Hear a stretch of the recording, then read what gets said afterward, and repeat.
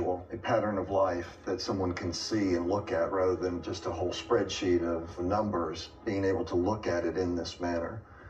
What you see here on the screen is a single person on a single day in Atlanta, Georgia. They went to 28 drop boxes in 5 organizations in one day. What are the orange dots? Those are drop boxes.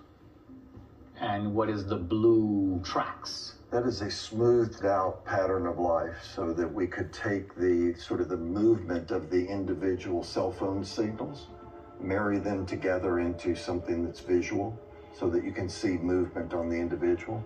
To get to some of these drop boxes, you had to be intentional. You had to get off the highway, you had to go on surface streets, you had to turn in somewhere in order to get to those drop boxes.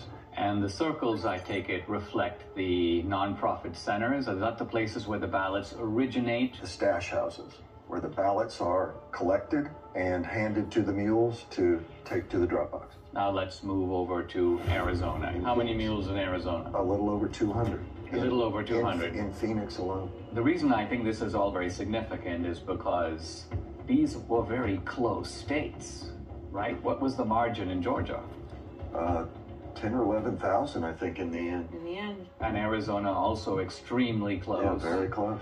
Then you moved on to Wisconsin, but our initial look was in Milwaukee. Gross numbers were a little down, but the average number of visits to the drop boxes was up. So instead of having only 24 unique visits, I think we averaged 28. I mean, maybe I've heard people in Milwaukee are really hardworking, and maybe they just went overtime. And then let's go to Michigan. We have more than 500 mules that we've identified in Michigan. Again, the number of boxes is lower. Now, where in Michigan? Detroit mainly, but we have people in Detroit that went to more than 100 drop boxes.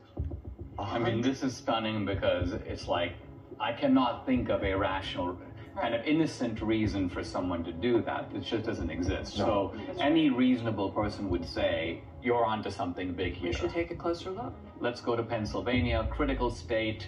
I think it was Pennsylvania that really gave Biden the election. Philadelphia alone, we've identified more than 1,100 mules at rates well beyond anything we'd seen. Closer to 50 drop boxes each.